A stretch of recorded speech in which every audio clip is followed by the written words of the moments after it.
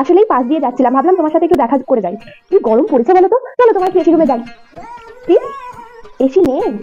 ও, আসলে কি বলতো, আমাদের বাড়িতে তো প্রত্যেকটা ঘরে দুটো করে এসি, ভাবছি আর একটা এসি লাগাবো। তুমি তো আমায় বলবে, তাহলে আমার বাড়িতে একটা এসি পড়ে রয়েছে, সেটা তোমার বাড়িতে দিয়ে যেতাম।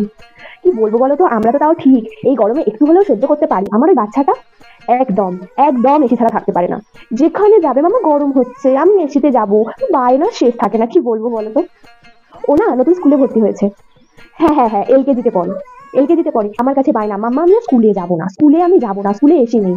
সেই প্রাইভেটলি কি করলাম, আবার ওর বাবাকে বলে ওর স্কুলে দুটো, ওর রুমেতে প্রাইভেট ভাবে দুটো এসি লাগিয়ে দিয়ে এলাম। এসি ছাড়া থাকতে পারে না গো মেয়েটা, আমার স্নান হয়ে যায় সেই কারণে। রাস্তায় আসার সময় ও যখন সিঁড়ি দিয়ে নামে স্কুল থেকে, তখন ওকে হাওয়া করতে করতে নামাই, আর উঠেই মাত্র নেমে এসেই মাত্র ও গাড়িতে উঠে যায়। আর গাড়িতে তো এসি, আবার গাড়িতে এসে বাড়ির মধ্যে যখন ঢুকলো, তখন বাইরেটাও এসে, আমাদের সবকিছু এসে। আচ্ছা, তোমাদের এই সিলিং ফ্যানে হয়ে যায়, গরম হয় না? ও, আসলে তোমরা তো সিলিং ফ্যানেই অভ্যস্ত না, সিলিং ফ্যান হাত পাখা।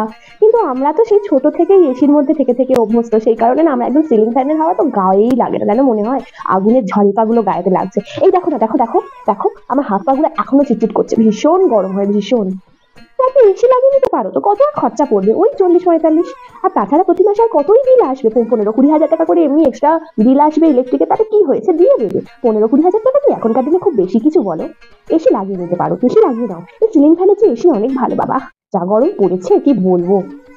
ঠিক আছে গো, তাহলে আজকে আসি, এখানে আমি আর বসতে পারছি না, এত গরম হচ্ছে না, খুবই খুবই কষ্ট হচ্ছে, বুঝতে পেরেছো তো। আমি আজকে উঠলাম, তাহলে আবার আসবো একদিন, গরমটা কমে যাক আবার আসবো। আসলাম তাহলে।